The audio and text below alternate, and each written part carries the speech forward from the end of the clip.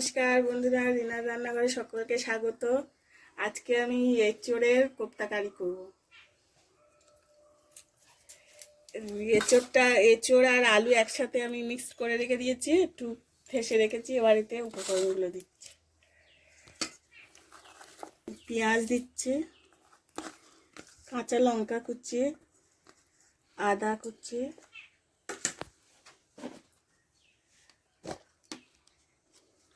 অল্প করে একটু হলুদ,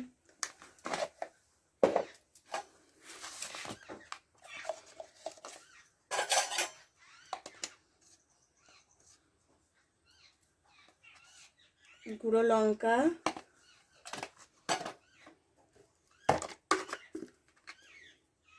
একটু জিরে ধনে গুঁড়ো, স্বাদ মতো লবণ,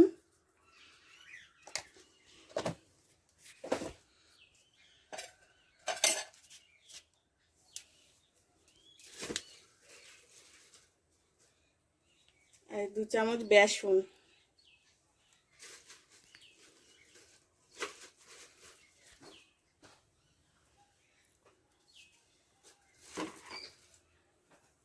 কম পড়েছে বলে 3 চামচ দিয়ে দিলাম। দিয়ে এটা ভালো করে এবার হাত দিয়ে একটু মিক্সড করে নিচ্ছি, সব একসাথে মিক্সড করে নিচ্ছি। আগে থেকে আমি এঁচোড় আর আলু সিদ্ধ করে নিয়েছিলাম, অল্প হালকা লবণ দিয়ে একটু মেখে রেখেছিলাম।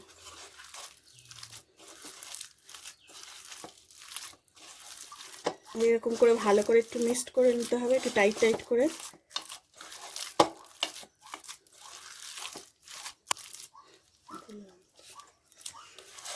এঁচোড়টা সিদ্ধ করে নিয়েছি। এঁচোড়টা ভালো করে সিদ্ধ করে, এঁচোড় আর আলু একসাথে ভালো করে সিদ্ধ করে একটু ম্যারিনেট করে রেখে দিতে হবে। দিলে এটা একটু ভালো হয়, আর সঙ্গে সঙ্গে করলে একটু পাতলা হয়ে যায়। এই মিক্সড হয়ে গেছে।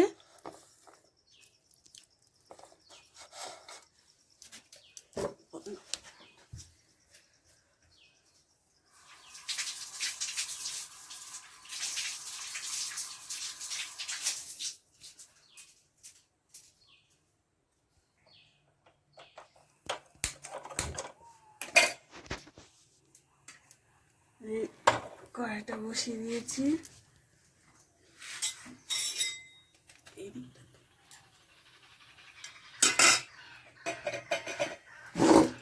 গরম হোক।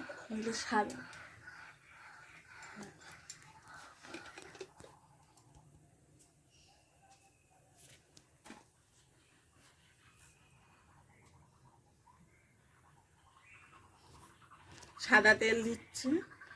আমি খুব বেশি তেল দেবো না, কারণ আমি অল্প করে তেলে দিয়েই ভাজবো।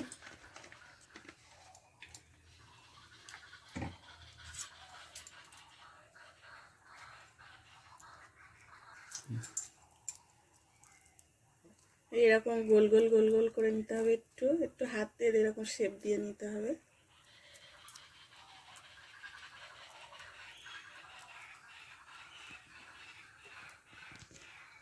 তেলটা গরম হয়ে গেছে, এই দিয়ে দিচ্ছি তেলে। প্রতিটা ওরকম করে একটু গোল করে শেপ করে নেবো।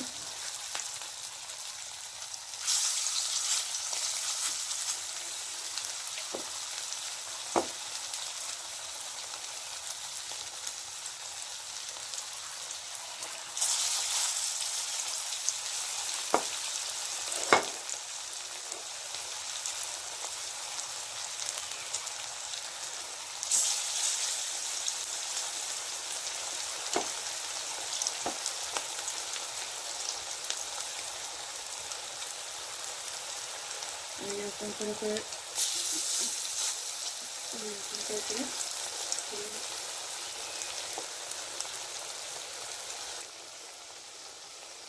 এই যে এবার একটু উল্টে দিতে হবে, লাল করে ভেজে একটু খেতে দিতে হবে। আর ভিতরটা মোটা হয়ে থাকবে, তো তারপর হয়ে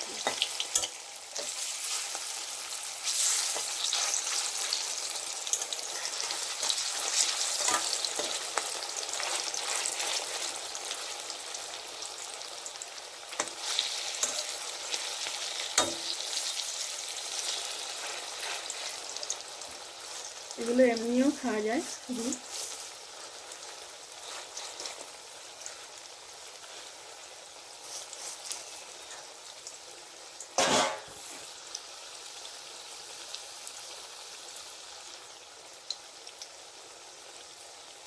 একটু কম করে আঁচ দিলে ভালো হয়, ভিতরটা হয়ে যায়, তাহলে হবে না। এগুলো শুধুও খাওয়া যায় একটু মুচমুচে করে ভেজে, কারণ এটা খুব মুচমুচে হয়। শুধু খুব ভালো লাগে, কারণ আমি আজকে তরকারি করব।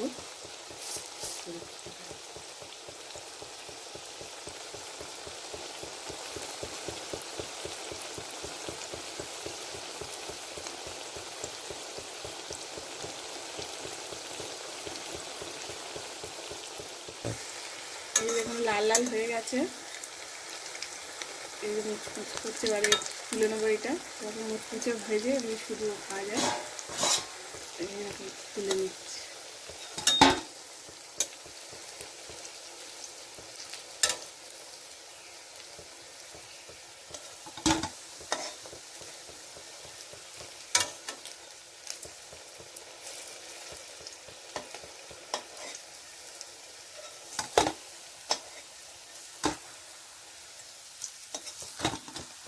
এই যে দেখুন কি সুন্দর মুচমুচে হয়েছে এটা।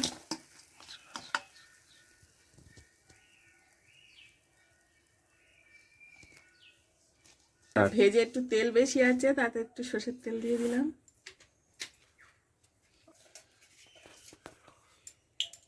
অল্প করে সর্ষের তেল দিয়ে দিলাম ভাজা তেলের ওপরে। ফোড়নে তেজপাতা, শুকনো লঙ্কা দিলাম।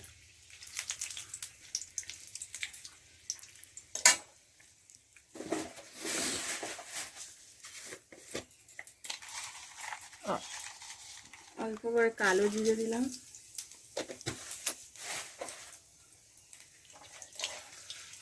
আর এটা একটু ভালো করে একটু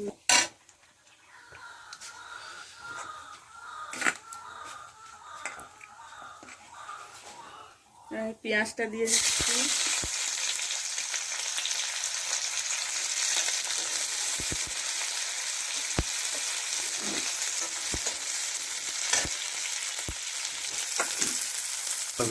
পেঁয়াজটা একটু ভালো করে ভেজে নিতে হবে।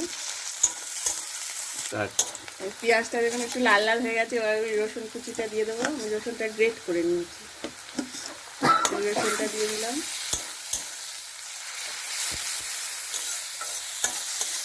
রসুনটা একটু নেড়ে চেড়ে নিয়ে এবার টমেটোটা দিয়ে দিচ্ছি, টমেটো কুচি।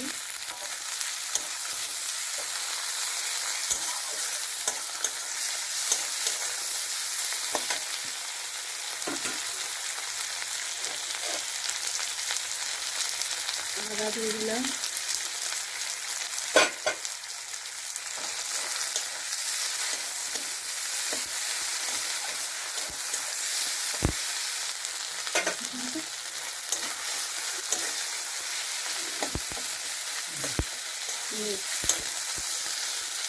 এটা একটু ভালো করে কষিয়ে নিতে হবে। আচ্ছা, মশলাগুলো দিয়ে দিচ্ছি।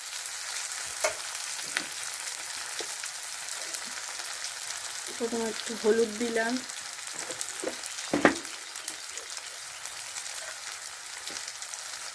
অল্প করে একটু লঙ্কার গুঁড়ো দিলাম,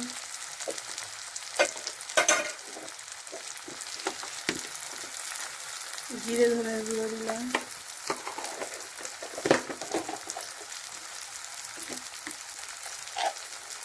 স্বাদ মতো লবণ দিলাম,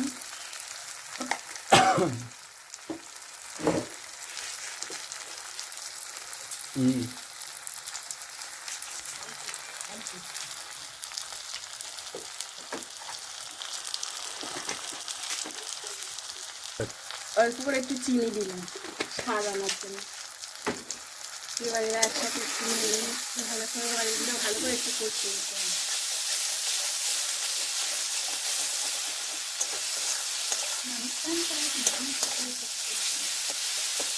একটু মশলাটা আমার লেগে চলে, হালকা করে জল দিয়ে দিলাম।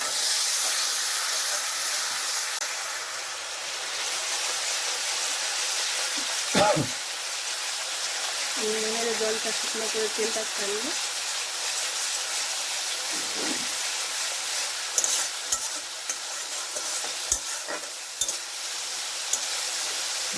এরকমভাবে কষাতে হবে। লাল লাল হয়ে এসছে এবং জলটা হয়ে গেছে, তেলটা ছেড়ে দিয়েছে।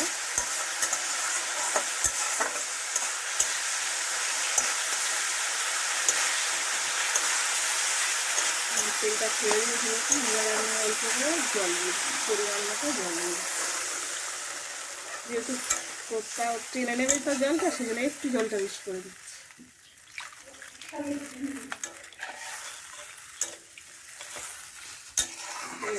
জলটা এরকম থাকবে, আর এটা একটু ফুটতে দিতে হবে।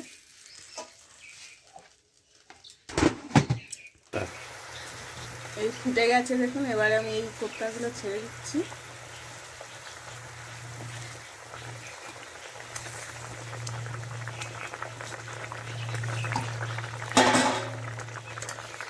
দিয়ে দিয়েছি, একটুখানি ফুটতে করে ঝোলটা টেনে নেবে।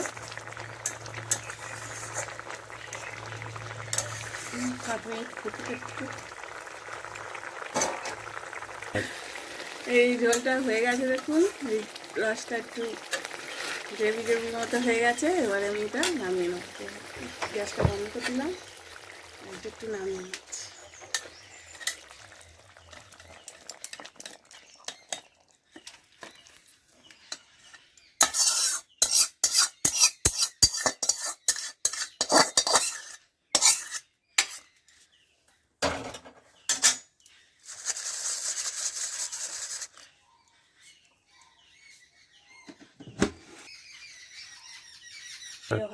অল্প করে একটু গরম মশলা দিয়ে দিচ্ছি নামিয়ে, ওপর থেকে ছড়িয়ে দিলাম। তো বন্ধুরা, আজকে রিনা রান্নাঘরে আবারও একটা নতুন রেসিপি নিয়ে চলে এসেছি। দেখুন, সুন্দর একটা কোপ্তা কারি হয়েছে। কিসের বলুন তো? এঁচোড়ের কোপ্তা কারি। তো এই রেসিপিটা অবশ্যই আপনার রান্নাঘরে ট্রাই করবেন, করে খেয়ে টেস্ট করে তারপর বলবেন কেমন হয়েছে। অবশ্যই কমেন্ট করবেন, লাইক করবেন, শেয়ার করবেন এবং সাবস্ক্রাইব করতে ভুলবেন না এরকম ভিডিওতে নতুন নতুন রেসিপি পাওয়ার জন্য। ওকে বন্ধুরা, সুস্থ থাকবেন, ভালো থাকবেন, টাটা, বাই বাই।